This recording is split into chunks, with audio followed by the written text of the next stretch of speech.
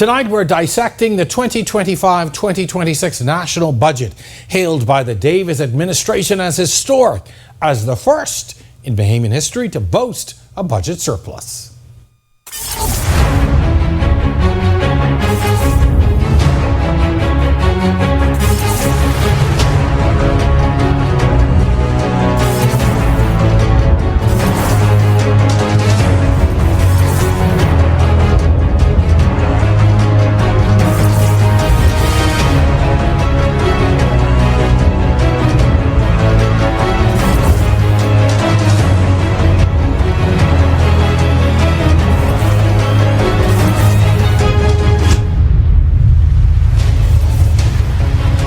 But is this truly a fiscal turning point or a crafted illusion? Two senators join us tonight from opposite sides of the political divide to debate whether this budget delivers substance or a dream.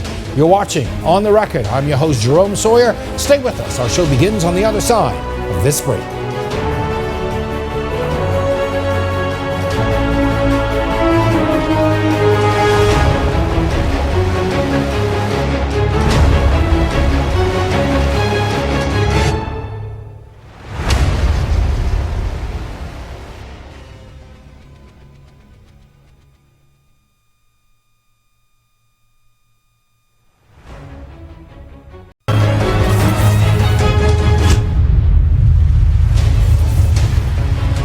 Welcome back to On the Record. Tonight we're diving into the 2025-2026 budget communication.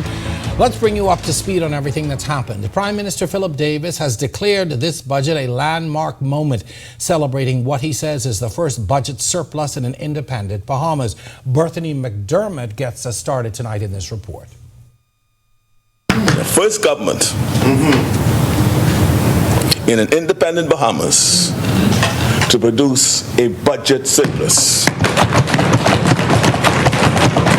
The announcement gathered a standing ovation and thunderous applause from parliamentarians as Prime Minister Philip Davis outlined the country's fiscal position ahead of the 2025-2026 budget year. This means the government's revenue surpasses government expenditure. But as the PM touted a budget surplus, he also gave notice of a resolution authorizing the finance minister to borrow by way of government loan agreements or line of credit agreements. Usually, such resolution is to borrow funds when you're in deficit, to cover your deficit. But just let me read what this is about. It's really for the purpose of refinancing. Parliamentarians heard that for the first 9 months of the year, total revenue increased by 12.2% to $2.5 billion when compared to the year before. Davis also said the revenue improvement came from a boost in tax revenue, among other things. Taxes on property grew by $27.3 million and total $172.9 million. VAT receipts expanded by $50.8 million and amounted to $1 billion. Expenditure is also up. Total expenditure increased by $238.8 million to $2.6 billion during these 9 months of the fiscal year. In the last fiscal year, the government also spent an additional $30.9 million on capital projects. That included road repairs, investments in airport infrastructure, school ground improvements, the acquisition of medical equipment, and building resilience in public safety. Outlays on the compensation of employees, which was increased by $20 million to a total of $649 million. Pension and gratuity payments rose by $11.2 million to $148.6 million, accounting for 78.3% of the budget target. Spending on the use of goods and services rose by $82.4 million, amounting to $514.2 million and equating to 74.8% of the budget target. Opposition isn't buying it, calling the budget a dream, not a direction. Opposition leader Michael Pintard giving a scathing review of the budget communication. The opposition leader describing it as lackluster and out of touch. He mentioned today is 9 on top of the 15. And so again, at best, lackluster. And again, we say we'll give him a D. The government is painting a picture of economic stability, declaring growth, a balanced budget, and opportunity island by island. But opposition leader Michael Pintard says it's all a dream, claiming the Davis administration is out of touch with the harsh reality of how most Bahamians are living. The Prime Minister stood before the House and tried to sell the Bahamian people a dream of opportunity, island by island. But while the Prime Minister dreams, Bahamians are living a harsh reality, one where the cost of living keeps rising. One of the key items Davis announced was a VAT reduction on medical supplies. Pintard says they're cleaning up a mess they've made. When the F&M left office, feminine products and medicine were VAT-free. The PLP slapped on 10% and then turned around, dropped it to 5% and called it relief. That's not help, that's damage control. The F&M leader also questioned the government's claim of a surplus and balanced budget while contractors, nurses, and small businesses continue to wait for payment. When Davis says the government hasn't made any cuts, clearly he has forgotten the people that the government owes. So if there's a surplus, we say to everyone who's owed by this government, all the public servants, all of the vendors, here and abroad, call the government today. They have a surplus. They have more than enough money to pay the bills. Pintard also slammed cuts to social assistance, claiming nearly $10 million was slashed from support programs in just 8 months. He continued to criticize performance in education and healthcare, saying it's only gotten worse. Right now, the Rand Memorial Hospital is treating patients in a facility with only one functional operating theater. The government says it will build 2 brand new facilities. They are having problems today managing the existing facilities and clinics. All right, well, to unpack it all, we're joined in studio by 2 senators, Senator Darron Pickstock, representing the government and defending the fiscal vision laid out by the Prime Minister, along with Senator Michela Barnett, representing the opposition and raising critical questions about contradictions in this year's financial plan. Senators, welcome to On the Record. Glad to have you with us today. Thank you for having me back. You know, and the Senator is the upper chamber where the debate and the representation is supposed to be at a higher level. That's right. Not with Pickstock. So thank you so much for joining us today. So let's dive right in. So the Prime Minister declared this a historic moment, a balanced budget with a surplus. But critics say the surplus is more about accounting than impact. Is this budget truly balanced if we still have a deficit? Darron, I'm going to start with you. Well, first of all, Jerome, thank you for having us. I just want to firstly start by just saying congratulations to the 600 plus UB graduates that are walking across the stage or walked across the stage. And also the countless high school students Fantastic, that will be graduating in the coming weeks. Our future leaders, those who will be running our country. Absolutely, Yes. and this is what we are fighting for, and that's why we are making laws and passing laws that impact our youth and the future generations of the Bahamas. So thank you. Good. So, Jerome, first, let me say welcome to my Senate colleague, Michela Barnett. And I think it is very important, firstly, to understand the concept of a balanced budget. I know the government has indicated clearly that the budget is balanced and that there is a surplus. So a balanced budget is simple, Jerome. A balanced budget is simply a concept where expenditure does not exceed revenue. That is a simple concept. And what the government is saying is our expenditure did not exceed our revenue. And therefore we have balanced the budget and we have a surplus. And that is as simple as it. And this happens when the government is looking at holistically the economy. It happens when the government is being a good steward of the economy. It happens when the government is in depth and looking in totality at its economy. So the balance the budget is balanced. I beg your pardon. Senator Barnett, your party has outright said not so. Well, first of all, they're misleading the public because this is not the first time that we've had a surplus. We had a surplus during the 2021 budget. So this isn't the first time as they've touted it. So they're already misleading us off the jump. And the question is there really a surplus? Because we know during the mid-year budget that there was a deficit of almost 381 million and that there was 122 million in unpaid invoices. So the question is, have they continued to defer the payments of that so that they could appear to have a balanced budget with a surplus? And then there's also reference to monies that they're borrowing. So have we borrowed so much money that we have a little left over? It doesn't make sense. The math, this is PLP math. So Darron, so these are the questions that you all have been fielding since the communication yesterday. Right. So let's take it. Let's be very clear about it. The numbers speak for themselves, right? I mean, the total income is $3.82 billion, and the total expenditure is $3.77 billion. So expenditure do not exceed the revenue, hence we have a balanced budget, Drew. The numbers speak for themselves. We don't have to do, we don't have to speculate, okay? What's not a balanced budget, and I'll give you an example, that the national budget in 2018 under the F&M, where revenue was 2.65 billion and expenditure was 2.89 billion.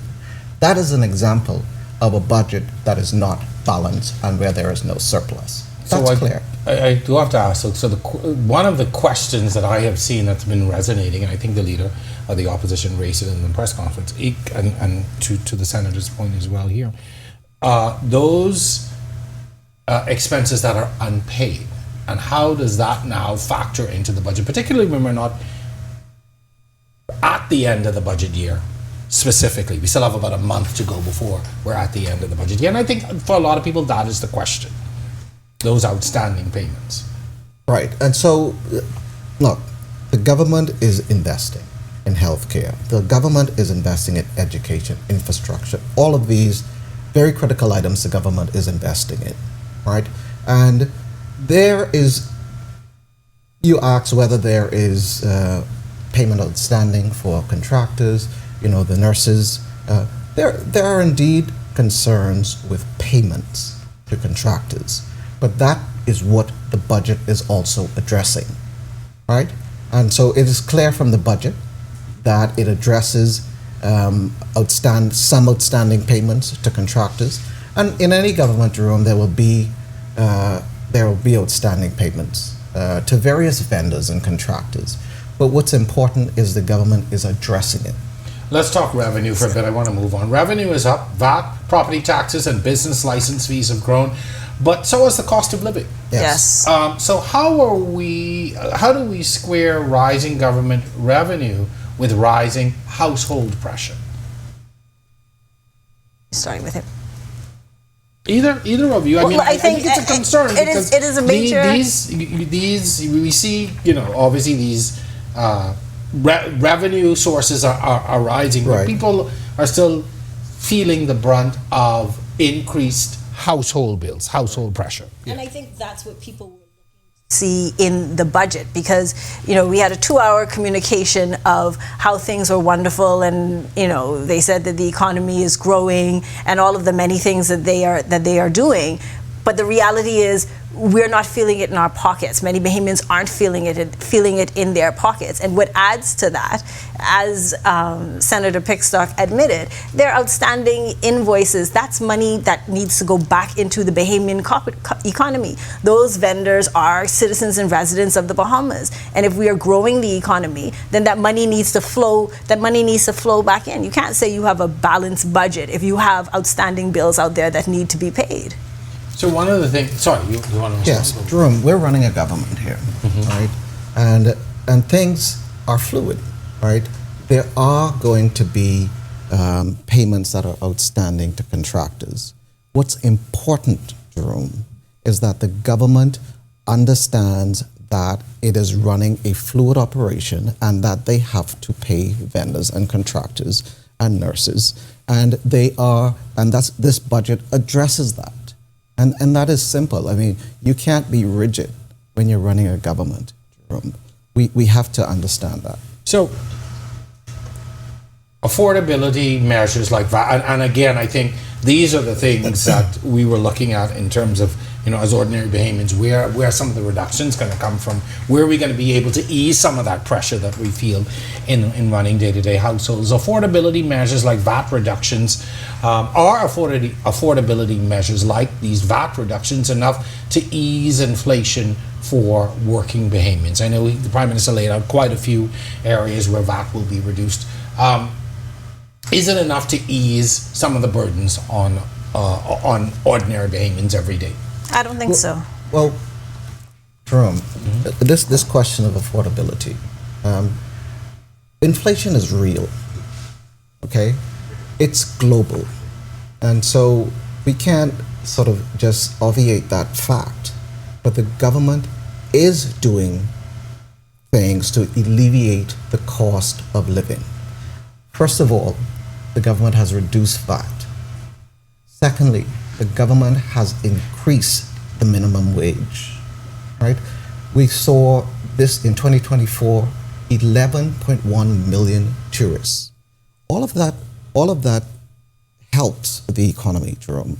The government, through its various programs, whether it's the Golden Yoke program, which is helping to create sustainability and food security in egg production, whether it's the piggery program, whether it's the trade diversification program, where the government is saying, well, what we are going to do is we are going to bring down the cost of food by looking regionally to see where we can supply food directly as opposed to going through middlemen. And this is the government's way of trying to ease the cost of living, in addition to social assistance and all of the other programs that the government has implemented and that is currently in process. I saw the Senator blink at social assistance because I know she wants to address that. But before we get to that, when you hear of these things the government says it's doing now to bring down the cost of living, what's your response? How do you counter when there are these programs in place that are seeking to address these issues? Those programs aren't going far enough.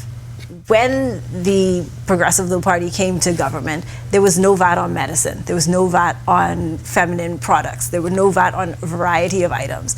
They increased VAT on them. They put it on 10%. And now they're reducing it to 5% and saying they're doing us a favor. They're not. VAT was 0. We should not be paying VAT on medicine. If we are serious about investing in healthcare, we shouldn't be paying VAT on medicine. We shouldn't be paying VAT on feminine products. But so reducing it to 5 isn't doing us a favor because you've still put us in a worse position than we were when they came in. Golden Yoke program, I'm still waiting to see an egg from the Golden Yoke program. They have not produced one egg. They have not produced one egg yet. And the reduction, the reduction in terms of eggs in the food store, that's the result of private enterprise bringing in eggs from someplace else. The government did not go and bring those eggs in. That is private enterprise. That is private enterprise doing that. So, Jerome, let me address that because that is just inherently incorrect and untrue, right? The Golden Yoke program is functioning. We have a national layer program where the government is bringing in birds, chicks, laying hens, and it is actually giving those hens to existing farmers who fall underneath the Golden Yoke program. So there's a national layer program where the government has already, and I'm sure you've seen reports this week where 3,000 chicks are being sent to Bamsey, right? And they already have a program going on. All of the national layer program falls underneath the Golden Yoke program. And they are actually producing eggs. We just went to schools in Family Islands where the government is giving existing egg programs in schools and existing farmers chicks that are currently laying eggs. And so if you notice, and even the program that Senator Barnett is talking about, it was as a result of the government's program, trade diversification program, that facilitated the reduction, the connection between a private enterprise and a current egg producer that brought down the cost of egg. And so that was as a result of the government's intervention. And so to say that is just patently untrue. I mean, they're obviously spinning. We would like to see, if the Golden Yolk program is producing the eggs, we would like to see them in the food store. Let us get those eggs. Let's move forward. We can't spend the whole time just talking about eggs. No, what I will do. Hold on. There's a celebration about investment. Let's talk about investment now. Nearly $10 billion in private sector backing. I want to talk about really the progress of these projects and the confirmation that a lot of these projects are coming on board, and whether ordinary Bahamians will benefit. You know, we see the commentary all the time. It's great to have the signature, it's great to have the agreements, but where are we with a lot of these projects at $10 billion? Are you confident that these projects are going to come to fruition in a reasonable time? I am confident. I mean, Jerome, as you know, the government is very focused on ensuring that these projects come on stream in a reasonable time, and I am confident that they are. Now, when you're doing private sector investment, there may be times when there are delays in project. That's a given. But if you look at things like Celebration Key, which is about to open next month, July, they have interviewed thousands of Bahamians that will either one, get job opportunities, or two, get entrepreneurial opportunities. And that is where the rubber meets the road. We also look at the signing of the heads of agreement for the Grand Lucayan Hotel. I mean, again, another one, boots are on the ground, people are working, all right? These things are tangible, they are real, Jerome. Also, we also look at the government's support for small businesses through the SBDC, through the BDB, and through various other means. They're also small businesses that keep the lifeblood of the country running. And so it's not only about, the grand, big investments, but it's also our small and medium-sized enterprises. So, what would give us confidence, us being the Bahamian people, are details about these investments. We had a 2-hour contribution, very little new information about the Grand Lucayan. Having details lends to the credibility of these projects, and without the details, we will continue to be skeptical and cynical, because we've seen signings and it doesn't always come to fruition. And with regard to the key developments like Celebration Key, we also have to look at the long-term sustainability for Bahamian employment in those types of projects. How are they really benefiting the Bahamian economy? When you say long-term, what do you care to explain? Well, when we have these projects in which we are giving keys or selling keys to third parties, we want to really make sure that those investments trickle back onto the mainland and trickle back into Bahamian pockets. Because at the end of the day, that's what we really want. We don't want that money to stay on the key and go back to whichever multinational enterprise is running them. Well, I mean, Jerome, and I have to respond, because if you know about Celebration Key, it's almost connected to the island, right? And so it will impact particularly the western end of the island. So when you talk about whether looking at long-term sustainability, of course, and that's why the government is focused when they sit down with investors to ensure that some of the key components of an investment is making sure that that Bahamians have entrepreneurial opportunities, which create job opportunities for other Bahamians. And we must also balance that with people actually finding a job and working and being able to provide for their families.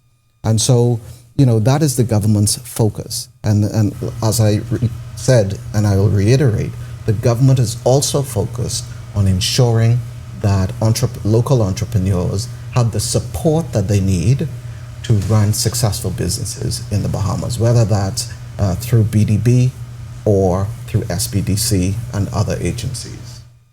All right, so we are pretty much out of time in this segment. We've got a lot more to get to and a lot more of the budget to dissect. But when we come back, we're going to dive into healthcare promises and public service payments. This is On the Record. We'll be back right after this.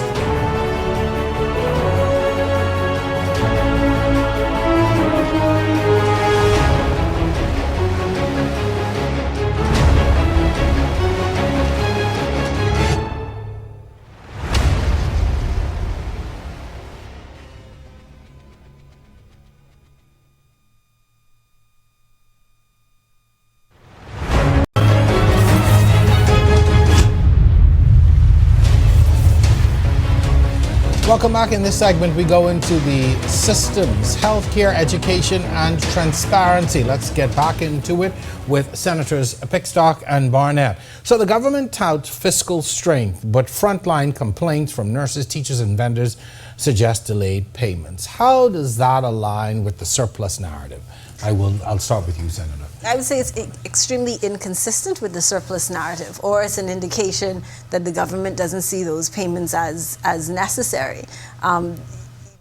Those, as I was saying earlier, that money needs to trickle down into the economy. That needs to go into the nurses' pockets. It needs to go into the vendors' pockets, because the grocery stores, you can't go to the grocery store and say, well, the government owes me money, so if you could just give me these eggs and I'll pay when I get paid. It doesn't work like that. It doesn't work like that. And so we need to see, they need to see that money hit the accounts. There can't be a surplus if there's all this outstanding money to be paid. Senator Pickstock, in real terms, let's talk about what this budget does for struggling families. Do you believe it closes that inequality gap, or potentially adds to it? How does it, from the government's perspective, how does it close that gap? Because there is that inequality gap. We see the difference between the haves and the have-nots. And one of the things that I say all the time in this seat is, you see, in my own experience, I see that grouping of have-nots growing. And it's not a recent thing. It has grown over successive governments, over decades, and I've seen it happen. Does this budget really begin to realistically close that gap? So Jerome, let's take it from the top. So first of all, the government inherited a country and a budget and an economy that was on the brink of collapse. Let's just make that clear. And so the aim and object of the government was to first stabilize the economy, right? Mm-hmm. And so we see here that the government, through its revenue projections in the budget, there is some stability. Now, the Prime Minister made it clear that this budget is for now to try and bring down the cost of living, to close that gap we're talking about. Jerome, there's work to be done. These things happen over successive governments for years. It's not a one-time thing that just occurred, or a recent thing. It was over successive governments. And so what the government is doing now is saying, we are going to bring down the cost of bring down the VAT, value-added tax. We are going to do these things. We are going to make food a little less expensive by sourcing it from other jurisdictions. We are going to ensure that our contractors are paid. We are ensuring that our nurses are paid. And so I just want Senator Barnett also to follow the news, because if you would follow the news, you would understand that we are making strides with our nurses. We see them as heroes. They are the ones that were on the front line, and sometimes things may take a little longer than expected, but the government, through this budget, is addressing these concerns. We can't, Jerome, just criticize everything. The budget, there's a surplus, the F&M criticize it. The budget is balanced, the F&M criticize it. It's just criticism after criticism. So, which brings me to my question to you, Senator Barnett. What's your response to claims that the opposition is over-exaggerating fiscal delays for political gain? It's not an over-exaggeration. Ask the people who are waiting for the money. Ask the persons who are waiting for the money so that they can pay their mortgage, pay their rent, go to the grocery store, pay school fees. It is not an exaggeration. They have done the work. They need to be paid. And Senator Pickstock talks about the government's attempts to lower the cost of living. If we look at administrative fees in the budget, this budget, they are projected to increase by $60 million. And for the benefit of the audience, administrative fees are? Administrative fees are, driver's license, boat licenses, all of those other fees that we pay to the government for goods and services. And if we look at the last 3 budgets that this government has brought, they have successively increased administration fees in some way or form over each budget. They will say no new taxes, but you're seeing you're being taxed in other ways. You're being taxed by the increase in the boat registration fees. You're being taxed in the increase of other fees for the things that we do on a day-to-day basis that contributes to the cost of living. And the government is giving, I'm going to jump the gun, the government has in the last budget given less social assistance than it has previously. I do want to come to that point because it was mentioned that a $10 million slash to social assistance.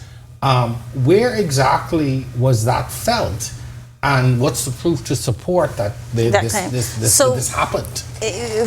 For those of you in the listening, and for you, Jerome, if you look at the budget book and you look at the line for the category of social assistance in the Department of Social Services, you will see that they spent approximately $30 million on social assistance expenditure for the 2023-2024 budget. This budget, when you look at what they have spent in the 9 months, which will be the second column, they on track to have spent $10 million less than they spent in the 2023-2024 budget. And given that we know, and even the minister has said, that there's an increased need for social assistance, an increased need for grocery assistance, an increased need for uniform assistance, why is the government then spending less on social assistance if they themselves are telling us that there is an increased need for these services? Jerome, my response to that is with respect to this allegation by the FNM, I mean, is completely unsupported, and it is quite frankly misleading. It's in the budget book. Jerome, very clearly, contrary to the claims that $10 million was cut from social assistance, the government is committed to supporting our vulnerable population. If you look at the budget now, the 2024 budget, 2025 budget, over $28 million was allocated in that budget for social assistance. The 2025 budget, 2026 budget, over $32 million was allocated for social assistance. So while certain line, and just to address the point, while certain line items under the Department of Social Services has seen reductions, Jerome, these are part of a strategic reallocation, not that it is cut, but that they have been reallocated to other heads that require them. So not that it was cut. They have been strategically reallocated. For instance, when you say reallocation, for instance, because reallocation says to me you're moving something. Yes. Right, from one head to the next, all under social services, right? For instance, Jerome, there was an increase in $55 million to $60 million for the National Drug Plan, for example. Additionally, this is medical under social service for NHI. Yes. Okay. Additionally, there has been increase in funding for non-governmental organizations, for NGOs, like the increase, whether it's the Ranfilly Home, whether it's other social programs, there has been an increase in that. And so it's not that it's being cut, it's just being reallocated. We also see, for instance, the allocation for cash-based food assistance, like I said earlier, from $55 million to $60 million. Senator This Barnett, is social. As I started with you, I'll let you have the Thank you. on that. So I want to say my learned friend because I'm used to referring to him in legal proceedings. I want to continue on that vein. No problem. But he's missing the point. It is not about the allocation, and we know from this administration that allocating something and actually spending it on something is two different things. You will note that they allocated money to the National Disabilities Commission and then used that money for the memorial service for Obi Wilshcombe. The mid-year budget tells us that they reallocated money from the Grand Bahama Beautification Fund to go travel to Africa. So allocating and using it for that purpose is two different things. But what we're talking about is the actual expenditure. When you look at the budget book under the head for Department of Social Services, they say in the budget book, and he says the numbers speaks for themselves, the numbers show that they have actually spent less on social assistance during this budget than they had in the previous budget year. It's not about the allocation, it is whether they actually spend it, the actual expenditure. All right, so let's move forward. And I I always say to people, go look for yourself. Yes. You know, go and investigate this for yourself. You don't have to listen or believe anything that's said here. Yeah. Go and do your own research and again, you know, be able to draw your own conclusions. Look in the Jerome, budget book. I hope that I drew an example of the reallocation I'm talking about. Not that there is a cut, but there was a reallocation. Point taken. I just want to keep moving. We have a limited time. We could talk for Understood. hours, but we only got a limited time. Transparency in capital spending has raised a concern. Is the budget backed by enough public reporting, particularly when it comes to these capital projects? A lot of times, people will raise concerns about contracts being given. Is the money being utilized properly? A lot of times in these capital projects, there are cost overruns. So is there enough public reporting tools, or are there enough public reporting tools in place for us as Joe public to be able to see the transparency in capital spending?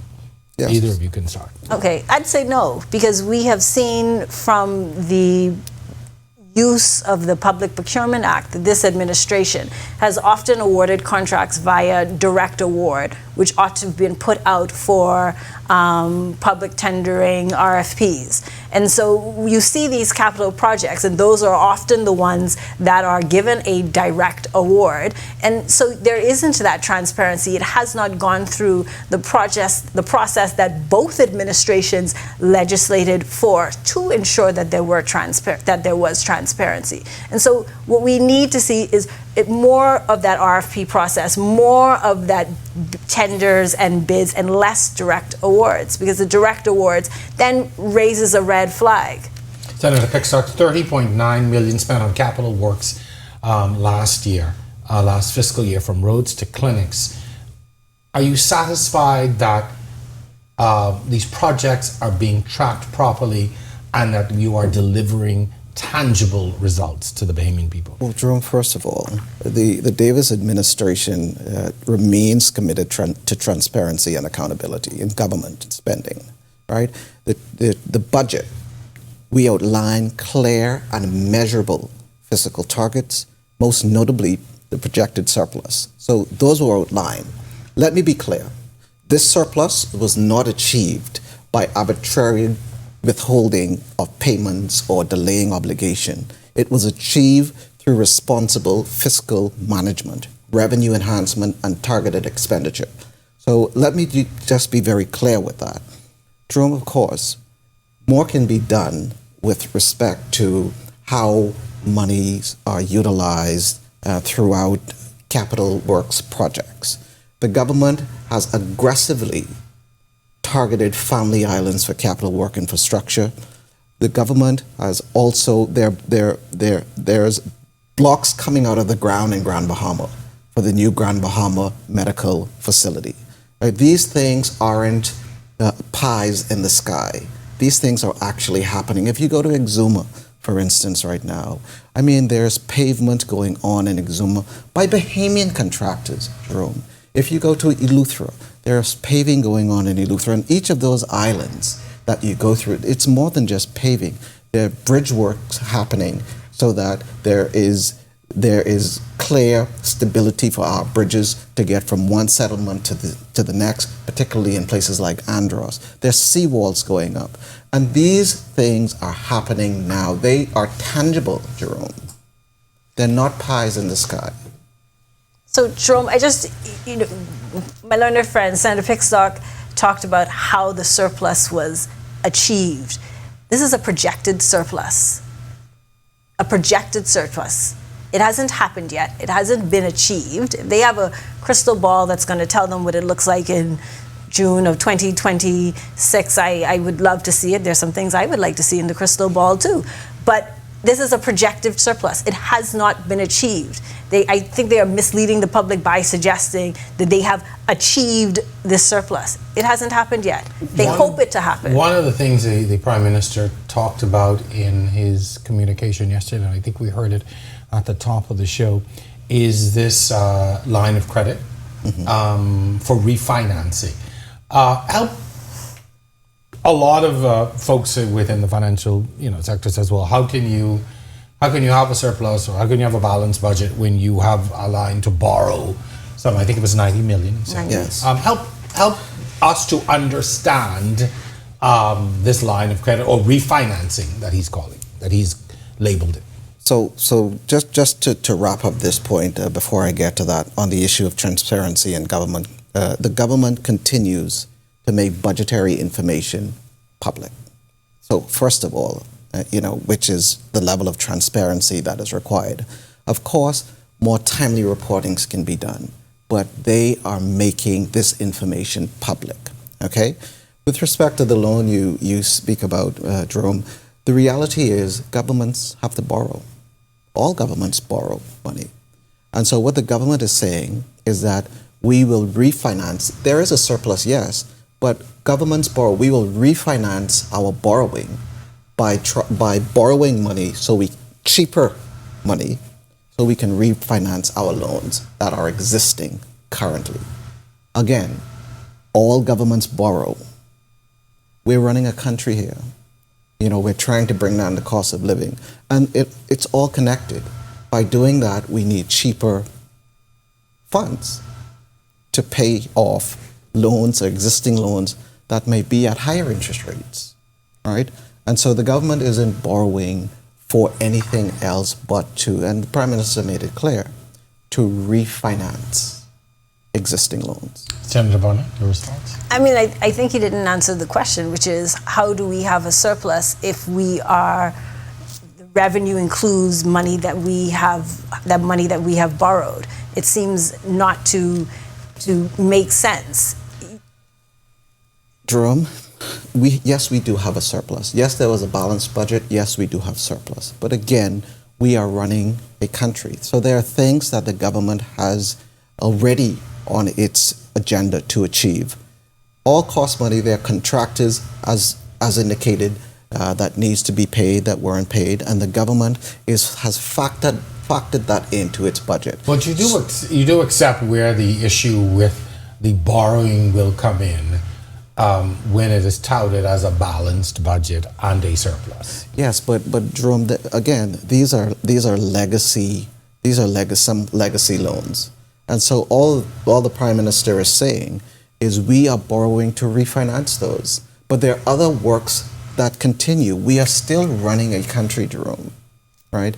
It's not that, there's a surplus and, all of a sudden all of that surplus goes to pay a loan, but, the country still needs to be ran. I agree. I'm just going to, as we move on to the next question, I'm just going to say this. When it comes to the issue of transparency, when it comes to the issue of accountability and tracking, I still go back to full implementation of freedom of information. That continues to be a major issue. We are not going to go down that rabbit hole, but let's go down. In another place and space, there are many who are looking for the full implementation of freedom of information, but we didn't really come to talk about that right now. We'll get back to that. But they promised they would. I'm just saying. I'm just saying. That freedom of information really began even under the Minnis administration. Absolutely. But so it is a can that's still being kicked down. Yeah, it is a can, but they promised to do it, and they're in the chair. I've heard that promise many times, not just by this administration. So I can't put that at any one government's feet, and I'll leave that there. As we're just about out of time, so I want to give us an opportunity to wrap. If there's one area where the government could deliver, if there is one area where you think the government might fail to deliver in this budget, what would it be for you?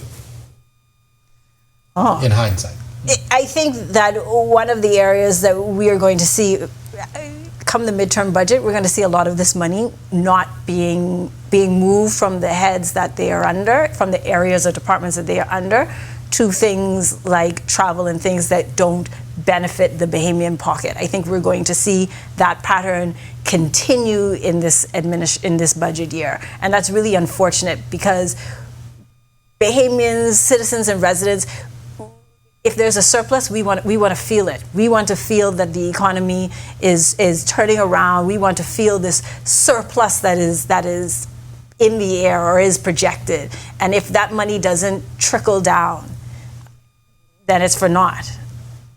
Jerome, the government will continue to tighten its belt. The government will continue to review and continue to stabilize our economy. The government, so you asked the question, what is one area you want to see improvement? And I want continued improvement, in the government tightening its belt on spending, etc. I will tell you that there's one area in particular that is a major sore point for Bahamians, and this isn't Jerome saying it, as I see the commentary, it is the travel budget. Bahamians are really annoyed by that, and they hang their hats on that a lot of times. And so I think, to your point, that's one of the things that, and when they see that increasing, the question always is why, and the government has attempted to answer, but again, it is one of those things that continues to raise its head when people look at wastage or overspending or areas where we can tighten up. Yes, and the government continues to look at all of these areas, but one thing you can say, Jerome, that travel is necessary, right? I mean, I don't think any right-thinking person would think that the government travel is not necessary, particularly when we're a small island nation and we have to actually go out there and create and forge relationships and make things happen, Jerome. So I think we have to, when we look at the travel budget and when we look at travel, I know that the Prime Minister is keen on ensuring that we are punching above our weight on the world stage. Okay? Senator, I hear you. I understand that, but I think for a lot of people, it's not so much the travel. It is, I think sometimes it's just the entourage. Yes. I think sometimes it's the amount of people that are going. I don't think anybody will challenge whether the Prime Minister needs to go. Right. But do you need 10, 15, 20 people going? Yeah. Again, we just have to wrap up. We're out of time. I just want to be fair. That's the question that's always raised. I see it all the time. But as we are out of time, the point is taken, Jerome. You can add this in your final thoughts. Both of you, Senator Pickstock, I'll start with you. What do you want viewers to take away from tonight's conversation? We've had an in-depth conversation on a number of things relative to the budget, but from where you sit, what do you want people to be able to take away from this discussion tonight? Well, Jerome, let me say this. I'll start by saying this. The IMF report is good, but the FNM is upset. Moody's report is good, but the FNM is upset. S&P report is good, but the FNM again is upset. The Central Bank of the Bahamas report is good, but the FNM is upset. The Bahamas Statistics Organization report is good, but the FNM is upset.